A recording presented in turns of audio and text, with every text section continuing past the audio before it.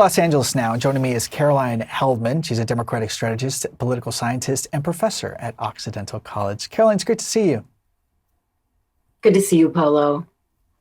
So let's start. Actually, let's stay on California's District 14th runoff race, as we just shared some of those current results with our viewers, with only 60-some% of the votes in, and Aisha Wahab, apparently the leader here over Melissa Hernandez. What are your thoughts as we expect the counting and the results to continue to come in the coming hours? Well, what is so unique about this race is that Wahab was actually up 26 points, and AIPAC, pro-Israel PAC, dumped money into this small district in California. Two Democrats obviously advancing to the finals, so it's not a competitive race, but they spent $4 million out of about $110 million they've spent so far in this election cycle.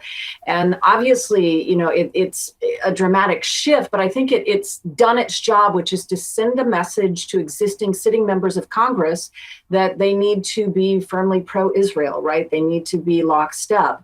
So this race, I think, has symbolic importance more so than deciding which party, because it's going to be a Democrat either way. Let's go to Florida now, Caroline, and the win of Debbie Wasserman Schultz, former head of the DNC, Congresswoman. She will be representing a constituency that is largely African American.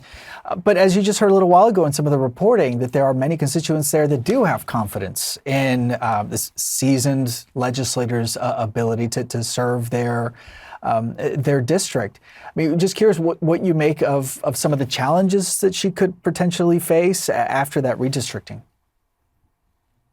Well, it's interesting. She was representing a district that had a high number of racial minorities prior to this, and she was accused of, district shopping, which is likely the case. She wanted to keep her seat in Congress, and she's one of two members of the House who faced redistricting challenges, both of whom were able to sustain that. And it's important to note that there were four other candidates, all Black, in this race. They were going to coalesce around a candidate, but couldn't figure out who to coalesce behind. And the voters in that district ended up electing Wasserman Schultz, likely because she holds such seniority in Congress that she can essentially bring home the bacon.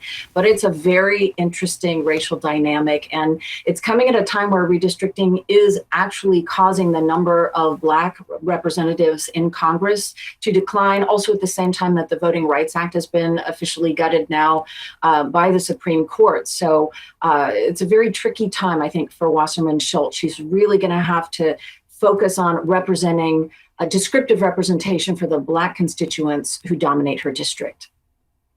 And the race will soon begin for a crucial Senate seat in the state of Alaska. As we just shared with our viewers right now, it seems that at least two of those four spots will be going to Republican Senator Dan S. Sullivan, as well as former Democratic Congresswoman Mary Peltola.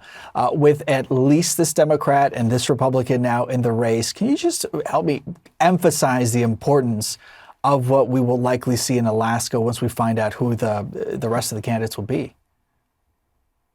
Well, this is one of those key Senate races. Democrats need to pick up 4 seats if they want to take control of the Senate.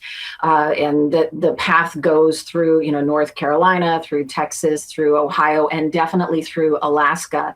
Mary Portola may be advantage if Dan Sullivan, the other Dan Sullivan Jr., with the exact same name as the Republican incumbent, is able to move to the general. And of course, 4 candidates move to the general election in Alaska's primary system. And so it's likely that he, if he does advance, he could take a point or two, and that's all that would be needed in this very tight race. So at the end of the day, it comes down to a naming game in Alaska, possibly, in terms of the Democrats' path to winning the Senate.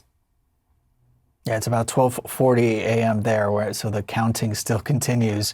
Caroline, just if you could just perhaps close on your on a few final thoughts on this latest round of primaries and what it tells you, especially with some of the wins of the Democratic primaries, including in Florida. Well, it's hard to say that there's a pattern of Democratic Socialist candidates or more progressive candidates winning versus more moderates. It really does seem to be a mixed bag, but we did see the largest Democratic Socialists win statewide, at least in a primary in Florida, and that's with Angie Nixon, who advanced in the Senate race. Now, she's not likely to win come the primary. Come the general election, because Florida has 1.5 million more Republican voters than Democratic voters. But this was a major win for the Democratic Socialists of America in this state. And we've seen this with progressive candidates. Dr. El Sayed, he's not officially DSA, but we've seen a rash of these candidates do well in an unusual change election. I think this really does boil down to the animosity on the Democratic side for the Trump administration. Yeah, it won't be easy for David Jolly either when it comes to the governor's race there in Florida. But as always, Caroline Heldman, we are so glad you could join us and share your analysis. Great to see you. Thanks, Polo.